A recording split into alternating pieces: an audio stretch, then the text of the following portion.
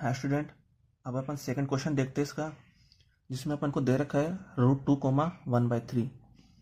तो उसमें सम of zeros की वैल्यू कितने दे रखी है?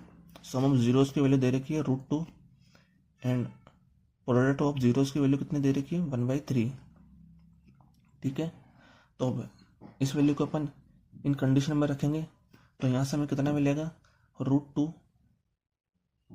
= माइनस के b अपॉन, अब देखो अपने पास a की वैल्यू क्या माने, क्योंकि b की वैल्यू निकालने के लिए अपन a की वैल्यू कुछ ना कुछ तो माननी पड़ेगी।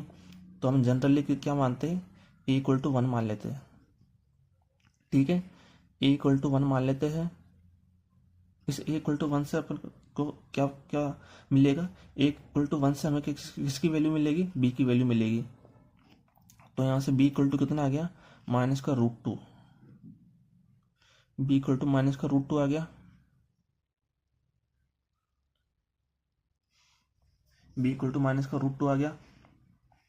अब हमें किसकी वैल्यू चाहिए? c की वैल्यू चाहिए। तो प्रोडक्ट ऑफ जीरोस कितना दे रखा है? 1/3 = c अपॉन, और a की वैल्यू 1 दे रखी है अपन को, तो c = कितना आ गया?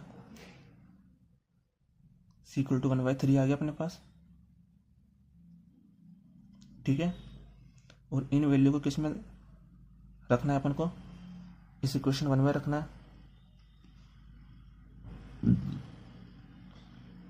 तो देखो मैं इसमें रखता हूँ तो मेरे पास कितना आएगा?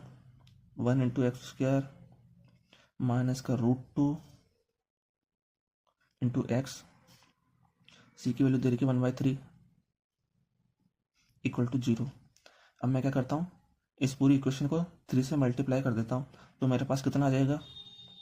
3x² माइनस का 3√2 × x प्लस का 1 = 0 आ गया। तो हमारे पास यहाँ से क्या पॉलिनोमियल आया कि 3x² माइनस का 3√2 × x प्लस का 1। यही हमें प्रूफ करना था। Thank you.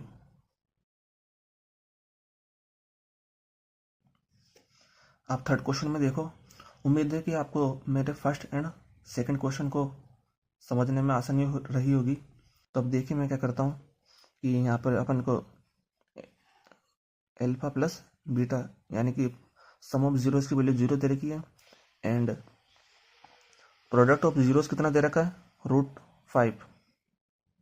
ठीक है, तो अब इसी फॉर्मूले को यूज़ करने पर हमें क्या मिलेगा? 0 = माइनस का b, और a की वैल्यू अपन को 1 माननी ही है। मैं मान लेता हूँ कि a = कितना है? 1 है। ठीक है, a की वैल्यू को मैंने 1 मान लिया, तो यहाँ से अपन को क्या मिला? b = 0 मिला। अब b = 0 मिला अपन को। ठीक है,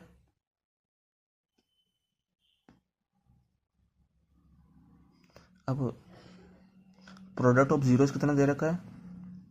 प्रोडक्ट ऑफ जीरोस हमें को √5 दे रखा है = c/1। तो यहाँ से हमें क्या मिला? c = √5।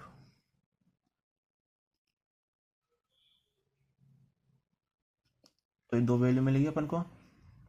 तो अब इस वैल्यू को अपन किस में रखेंगे? इक्वेशन 1 में रखेंगे। तो हमें क्या मिलेगा? 1 × x² प्लस का 0 × x प्लस का √5 = 0 मिला। तो यहाँ से हमें क्या मिला? x² प्लस का √5 = 0 ये मिला। तो यहाँ से हमें क्या पॉलिनोमियल मिला कि x² प्लस का √5। यही हमें यहाँ पे प्रूफ करना था और ये क्वेश्चन हमारा कंप्लीट हो गया है। इसी तरीके से हमें इसके थर्ड क्वेश्चन को देखते हैं, फोर्थ को। तो देखिए फोर्थ क्वेश्चन में क्या करेंगे अपन। यहाँ पे मैं इसका फोर्थ लिख लेता हूँ। फोर्थ में हमें दे रखा है 1,1। तो 1,1 करेंगे तो हमारे पास क्या मिलेगा अपन को कि सम ऑफ जीरोस हमें को 1 दे रखा है एंड प्रोडक्ट ऑफ जीरोस हमें कितना दे रखा है? 1। तो इस वैल्यू को अपन इसमें रखेंगे इन दो कंडीशन में। तो हमें क्या मिलेगा? 1 = माइनस का b अपॉन ए की वैल्यू अपन 1 मान लेते हैं, तो यहाँ से हमें क्या मिल जाएगा, बी इक्वल टू माइनस का 1, बी इक्वल टू माइनस का 1 मिल गया। एंड सी इक्वल टू क्या मिलेगा, तो सबसे पहले प्रोडक्ट ऑफ जीरोस की वैल्यू रखेंगे अपन। प्रोडक्ट ऑफ जीरोस की वैल्यू कितनी दे रखी है, 1 अपॉन सी, ए की वैल्यू 1 दे रखी है, तो यहाँ से क्या मिला अपन को, सी इक्वल टू 1। ये 3 वैल्यू मिलेगी अपन को। अब इसे इक्वेशन में रखेंगे अपन, तो हमें क्या मिलेगा, पहले ए की वैल्यू 1 दे रखी है, तो एक्स स्क्वायर इंटू 1 प्लस का माइनस का 1 इंटू एक्स प्लस का 1 इक्वल टू 0। तो यहाँ से हमें क्या मिला, एक्स स्क्वायर माइनस का एक्स प्लस 1 इक्वल टू 0। तो इसका पॉलिनोमियल क्या हो जाएगा, एक्स स्क्वायर माइनस का एक्स प्लस का 1। और ये हमें प्रूफ करना था, तो हमारा सवाल कंप्लीट हो गया है। Thank you.